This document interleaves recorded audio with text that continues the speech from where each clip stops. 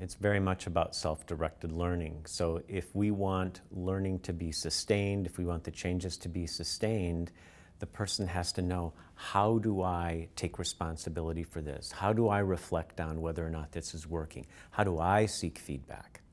And so when I think about moving from good to great, the typical journey that I see for many coaches is they start off as a novice coach very focused on the technique. What are the questions that I need to ask? What am I supposed to do?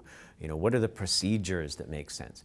As they mature and gain experience, the focus becomes more about, how do I be an effective coach? What do I want to do? What do I think will be helpful?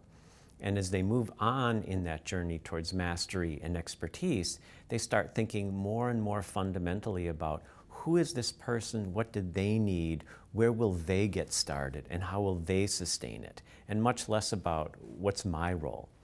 So several people came up to me after my presentation and said, most coaching training talks about the coach should talk 20% and the person should talk 80%.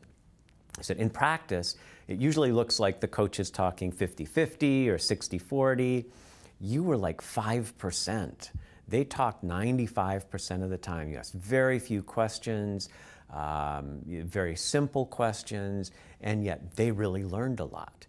And that's kind of the approach I'm trying to take. What is the least present I can be in this process so that they are taking responsibility from the very beginning?